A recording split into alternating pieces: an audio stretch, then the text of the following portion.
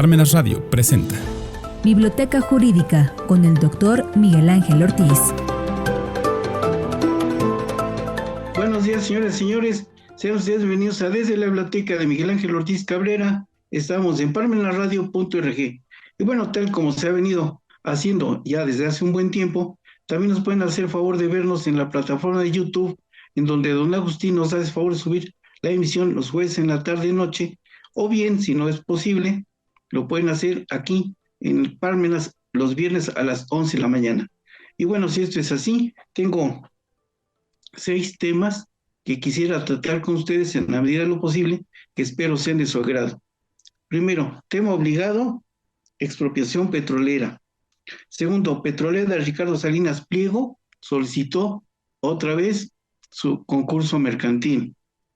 Tercero, también TV Azteca solicitó su concurso mercantil. El siguiente punto, el cuarto, quiebra internacional. Quinto, fruta del poder. Sexto, aniversario luctuoso de Luis Donaldo Colosio Murrieta. Vamos a empezar. Fíjense que la expropiación petrolera se derivó del hecho de que las compañías petroleras no obedecieron un laudo, más bien un laudo ya presentado, más bien definido por los juzgados de distrito, después en el recurso que hicieron ya resuelto por la Suprema Corte de Justicia de aquella época, 1938, y como no estuvieron en aptitud, o más bien no quisieron obedecer esa ejecutoria de la revisión ante esa Suprema Corte de Justicia, entonces no le quedó otra más que al presidente de la República, don Lázaro Cárdenas del Río, decretar la expropiación petrolera. Esta es la expropiación, es un medio de readquirir la propiedad, y aquí está. Fíjense que todo el mundo habla de la expropiación, pero nadie dice dónde la pueden encontrar, y yo la encontré aquí en la página 298 del libro de don Andrés Serra Rojas. Aquí está, expropiación por causa de utilidad pública, aquí está, y este es el libro, página 298. Y bueno, pero fíjense que también hablan de la expropiación petrolera y no dicen cuáles fueron las compañías expropiadas. Y aquí viene un comentario que sí es importante insistir sobre él. Las compañías petroleras expropiadas fueron Compañía Mexicana de Petróleo El Águila, Compañía de San Cristóbal, Compañía Naviera San Ricardo, Huasteca Petroleum Company, Sinclair Pierce Company, California Standard Oil Company, que era la matriz de la Transcontinental de Petróleo, que fue donde trabajó mi progenitor. Bueno, la siguiente, Compañía de Gas y Combustible Imperio, Consolidated Oil Company, Compañía de Vapores San Antonio, Zavalo Transportation Company, Clarita, Cacalilao Company. Y entonces, fíjense que aquí es el punto importante. Las compañías anglo-holandesas fueron el 70.5% y las estadounidenses el 29.5%. Ahora, de este libro que tengo acá, Mitos y Realidades del Petróleo Mexicano, que está, de Luis Pasos, viene aquí un comentario que sí quisiera comentarles a ustedes, porque fíjense lo que dice don Luis Pasos en la página 37. Los americanos sabían que al irse los ingleses, México no contaba con recursos ni con técnica para seguir explotando y exportando petróleo a los niveles que lo hacían las compañías extranjeras, y que una vez peleados con los ingleses, la única alternativa que tenía el gobierno mexicano era pedir ayuda financiera y tecnológica a Estados Unidos para seguir explotando la riqueza petrolera. Y bueno, más bien este ligero estudio que he hecho sobre el petróleo en México se deriva del hecho de que, como lo dije hace un momento, mi progenitor trabajó en la Transcontinental Petrolera. Y entonces él me platicaba muchas cosas. Y ya ahora, ya grande, pues fui comprando y leyendo libros relacionados con el petróleo mexicano. Entonces aquí les he mostrado ya el de Luis Pasos, aquí está.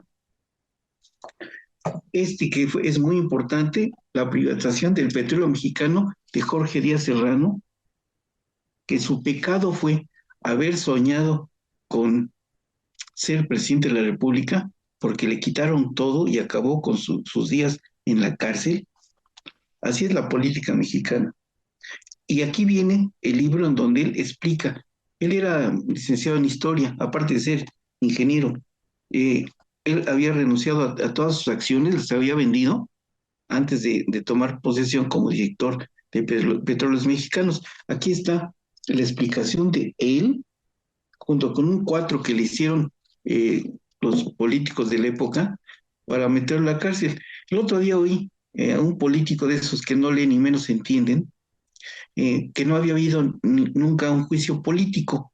Aquí está la fotografía cuando le hicieron el juicio político al ingeniero Díaz Serrano, lo despojaron de su cargo de senador de la República y lo metieron a la cárcel. Y estando en la cárcel, casó con una señorita que había sido su secretaria de toda la vida, una señorita de apellido Verdalles.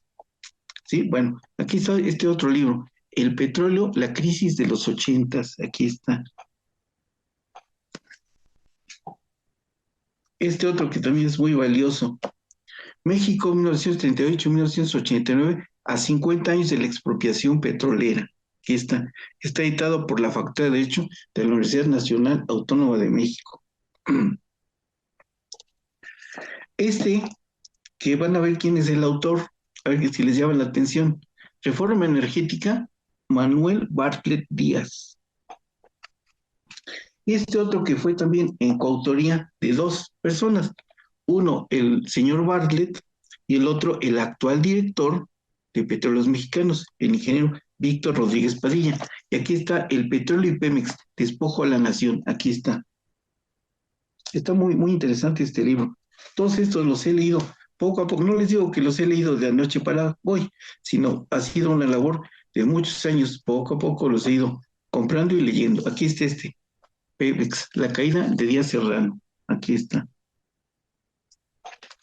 Bueno, le hicieron renunciar y después le fincaron, le simularon un juicio y lo metieron a la cárcel. El señor Miguel de la Madrid. El petróleo, el recurso más allá de la capacidad de negociación de José A. Lanuza. Aquí está. Este otro que también es muy valioso, Los tiempos del petróleo de Fernando Eifte. Aquí está. Que también tiene cosas, interesantísimas, valiosísimas, que fui leyendo poco a poco y que inclusive aquí tengo marcados algunas cosas. El pleito que había entre José Andrés de Oteiza, que efectivamente fue el causante de la debacle de México, porque el ingeniero de Serrano le informó al presidente de la República, José López Portillo, que si no bajaba el precio del barril de petróleo, nos íbamos a quedar con nos íbamos a salir del mercado. Y el presidente le dijo que hablara con José Andrés de Oteiza, que era el presidente del patronato de Pemex. Fue y habló con él y él absurdamente le dijo que en lugar de bajarle $2, le iba a subir $2. Y en la solapa del libro que les mostré hace un momento, y bueno, les voy a enseñar después les voy a enseñar el otro. Aquí está. Este. Y en el día Serrano, aquí en la solapa, aquí dice, en pocas palabras, que hasta el infinito se oirán las palabras, o más bien las carcajadas, dice él, árabes que se quedaron con el mercado del petróleo mexicano por culpa del señor José Andrés de Oteiza, que es lo que poca gente, como no vivieron esa época y no han leído, pues no saben. Y luego aquí tengo este último, la expropiación petrolera, colección del archivo diplomático mexicano. Aquí está. También, no recuerdo ni cómo me hice de él, pero aquí lo tengo y también él y todos estos los fui leyendo poco a poco. No fueron en una noche. Aquí está. Aquí está la Pearson, que era uno de los socios era súbdito inglés fundador del Águila, vino a México a trabajar los contratos de construcción. ¿Y por qué les comento esto? Porque también un hermano de mi progenitor, el tío Armando, trabajó en esa compañía el Águila Petroleum Company. Bueno, el siguiente punto que les quería comentar es el hecho de que nuevamente el señor Ricardo Salinas Pliego, en su petrolera, que había solicitado ya el concurso mercantil y que le fue desechada, perdón, resulta que nuevamente insiste en solicitar el concurso mercantil. Como no había no surtía efectos de cosa juzgada, está en aptitud de volverla a presentar. Eso es lo que ha hecho. Y también el hecho de que TV Azteca también acude al concurso mercantil. Perdón, pero estos me he estado ahogando desde anoche. Bueno, aquí van a pasar dos cosas. Una, el juez puede ser que las admita o que las deseche. El común de las gentes o la confusión surge porque piensan la gente que no sabe de esto, que ya con esto ya no puede pagar o no va a pagar. No, no, no, no, no. Con esto no hay que confundir el inicio de la solicitud del concurso mercantil con la conclusión o con la suspensión de pagos. Esto ya no es no pagar, es, como decía don Emilio Lontame, tiene que tener todos sus papeles en orden, exhibir los estados financieros debidamente auditados de los últimos 3 años, exhibir la memoria razonada, exhibir la relación de los activos que tiene, la relación de sus acreedores. Una vez que ha satisfecho todos esos requisitos que establece la ley, el juez podrá examinar con plenitud si la admite o no. Si la admite, bueno, ya seguirán el trámite correspondiente. Pero esto tiene relación con el siguiente punto que les quiero comentar. ¿Por qué? Fíjense que una juez de Estados Unidos, Bárbara Moses, resulta que le ha requerido al señor Salinas Pliego de una pequeña deuda que tiene ya de $500 millones. Entonces puede ahí suceder una cosa muy importante, una quiebra internacional. Y bueno, no conozco aquí en el país ninguna obra que hable sobre quiebra internacional. Solo conozco la tesis doctoral del doctor Romero Beristain, que está aquí, y que en la página, ahorita les digo en cuál,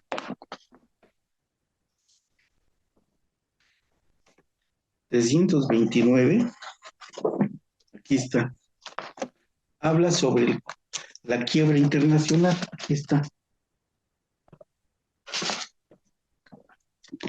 Y además de eso, fíjense que en el libro de Peter Hay, Una introducción al derecho de los Estados Unidos, en la página 160, habla del derecho de insolvencia. Allá en Estados Unidos le hablan del Chapter 11, que es la ley de quiebras de allá. Y también el señor Salinas Pliego creo que puede caer en esa hipótesis. Pero bueno, si esto es así, habrá que ver si efectivamente está en esa etapa de insolvencia para que surte efectos. Si de no ser así, el señor se va a enfrentar a un procedimiento penal allá. No es como acá, aquí ha estado tratando de pasarse de listo, porque la presidenta de la República ya hubiera ordenado que el sistema de administración tributaria le abriera una carpeta de investigación. ¿Por qué? Por defraudación fiscal, 108 el Código Fiscal, pero no lo han hecho así, lo han estado consintiendo. Bueno, pero vean este libro, aquí está, y aquí está la página 160, aquí está. Y el libro es este, Peter Hay, Potterware Publishers.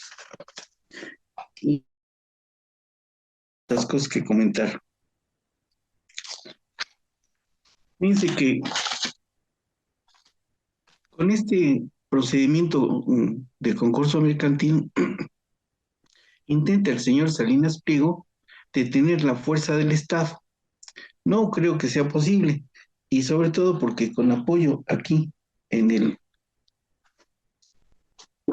Código Fiscal de la Federación, va a tratar, aquí dice en un artículo, que el sistema de administración tributaria no podrá intervenir en los juicios concursales. Es el artículo, aquí lo tengo marcado para que no nos falle.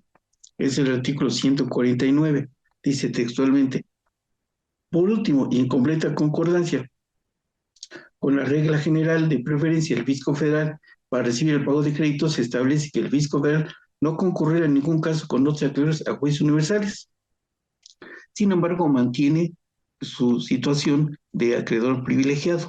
Entonces, a ver si no le sale más caro el caldo que las albóndigas al señor por quererse pasar de listo.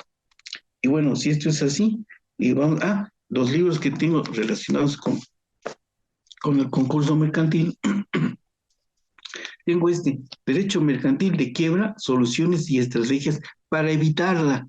Esto yo creo que ya lo deben haber leído sus abogados y si no, se los recomiendo. Aquí está, de Víctor Eduardo Mancas López. Aquí está. Está muy bueno. Perdón.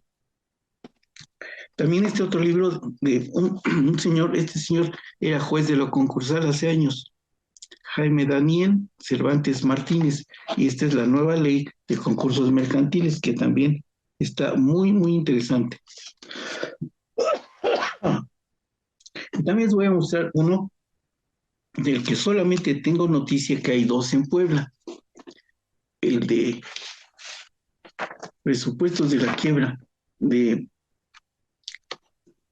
don Francisco Podaca y Osuna, el cual lo tenía don Emilio Runtame y se lo prestó al doctor Romero Beristain para que sacara una copia.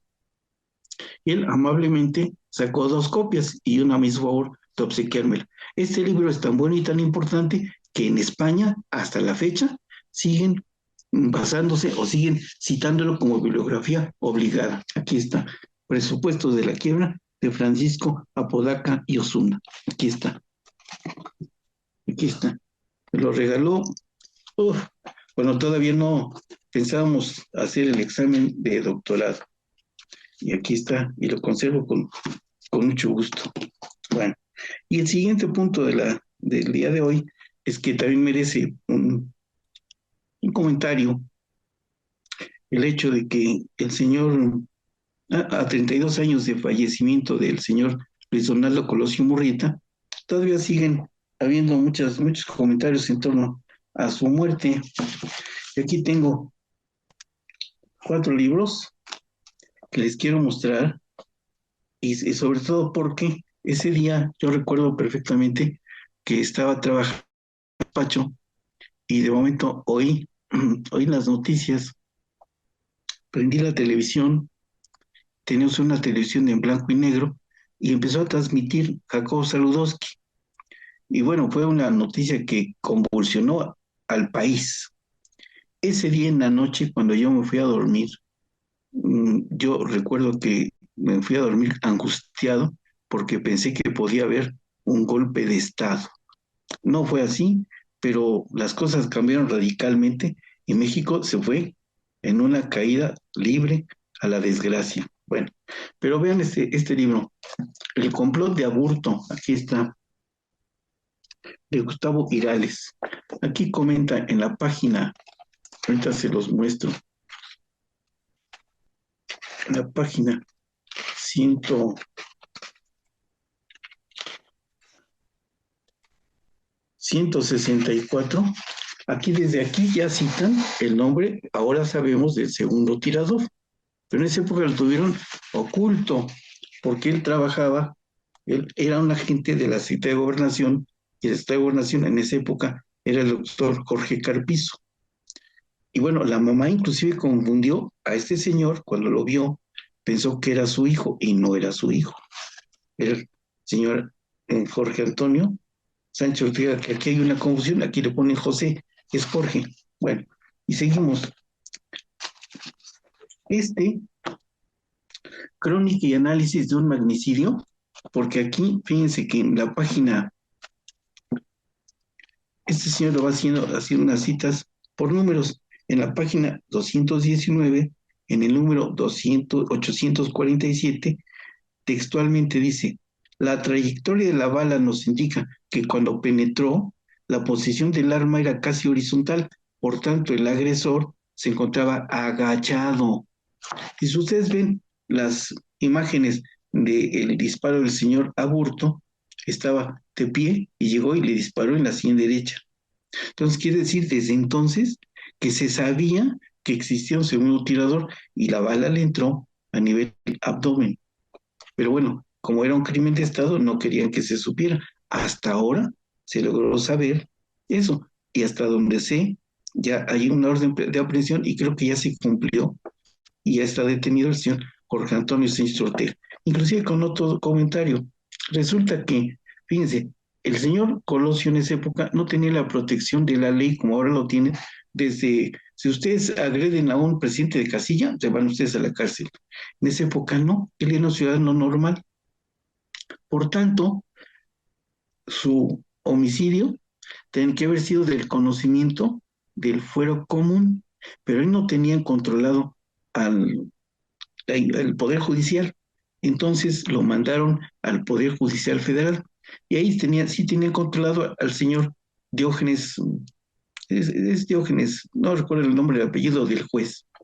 Entonces quedó ahí y él dictó sentencia condenatoria y después se borra la apelación y después 20 amparos, en fin. Pero ¿qué creen? En el fuero común, la pena máxima por un homicidio son 30 años. Y en el fuero federal, la pena máxima son 45 años. Como es de la competencia del fuero común, ¿saben qué? Ya los deben dejar libre, ya se compurgó la pena. No tienen por qué tenerlo adentro, el señor Aburto. Sea él o sea un doble, el que sea, no tiene por qué estar adentro, tiene que salir. Pero es una situación de orden político, entonces no lo han dejado salir. Aquí está este libro que desde ahí estaban explicando qué era lo que había pasado, de acuerdo a la versión de este señor Eduardo Muriel, que era doctor en criminología y en criminalística. Y por eso el libro es muy valioso. Aquí está. Y bueno, este otro, que también se llama El autor intelectual. Aquí está. Y aquí en la página 78 dice un radiograma. Estado Mayor Presidencial S2, número 1, Tijuana, Baja California, 23 de marzo 1994, 18:38, o sea, las 6:38 de la tarde, KG 325, Roble, que es el árbol más importante del bosque, informando rutina cumplida en Barranca, Águila en picada, misión táctica en desarrollo conforme a regla establecida, fases posteriores inalterables, abastecimiento agotado, elementos de servicio se desplazan a sus bases, sus instrucciones emergentes en frecuencia invertida por presencia de patos azules. Y luego viene respetuosamente general de brigada, diplomado de Estado Mayor, Pino. Pero acá abajo viene la explicación. Roble era Carlos Salinas, Pino era el general Domiro García Reyes, y Águila Luis Donaldo Colosio Murrieta. Por Paz Azules se entiende el grupo táctico especial de policías municipales que comandaba Federico Benítez López, quienes capturaron a Jorge Antonio Sánchez Ortega, el agente de gobernación subordinado del doctor Carpizo, muy prontamente liberado por el procurador Diego Valadez en un incalificable acto de negligencia deliberada. Y ya de ahí ustedes pueden juzgar todo lo que pasó, pero aquí están esos libros. Pero me faltaba uno que me hizo favor de obsequiarme un alumno, me hizo favor de traerme los 4 tomos. Aquí está. Informe de la investigación del homicidio del licenciado Luis Donaldo Colosio Murrieta. Esto está hecho de acuerdo a las circunstancias que convenía a la política del momento. Entonces, si usted lo va leyendo y son 4 tomos y los 4 son de este grosor, lo va leyendo poco a poco y todo está, por decir de alguna forma, acomodado para demostrar que el señor Aburto es el responsable. Sin embargo, en algún libro del señor Jesús Lemus, que fue vecino de celda del señor Aburto, él le dice que no es él, pero que nadie le cree, y yo también tengo mis dudas. Y bueno, nada más el último comentario es que el señor, según la señora Adela Micha, ya el cártel de 4 letras ya tiene un nuevo líder, que es el hijastro del señor Oseguera Cervantes. Y entonces va a permanecer la estructura financiera del cártel. Y bueno, si esto es así, hay que leer estos dos libros que me han sido muy útiles para comprender esta telaraña, la organización del crimen de Mary McIntosh, porque es una perfecta división del trabajo, y este que se llama La guerra de la cocaína, de Belén Bobín Luca de Tena, que cuando yo lo compré y lo leí, un amigo mío me lo pidió, fui a tratar de conseguir otro para obsequiárselo, y ¿qué creen? Ya no lo hubo. Pero es un libro muy valioso, aquí está. Y si esto es así, ya no me queda ninguna otra cosa que comentarles, excepto dar las gracias por el favor de su atención, con una súplica, que tengan la bondad de ponerle like o me gusta, para que don Agustín, el jueves en la tarde o el viernes, tenga forma de cuantificar las personas que nos hacen favor de seguirnos semana a semana. Sobre todo porque ahora fueron dos temas de gran trascendencia, la expropiación petrolera y el homicidio, o la conmemoración del homicidio del señor Luis Donaldo Colosio Murrieta, del homenaje luctuoso que se le hace, porque fue injustamente sacrificado por la élite de su partido. Muy bien, si es así, muchas gracias, buenos días, buenas tardes, buen provecho, hasta la próxima. Parmenas Radio presentó Biblioteca Jurídica con el doctor Miguel Ángel Ortiz.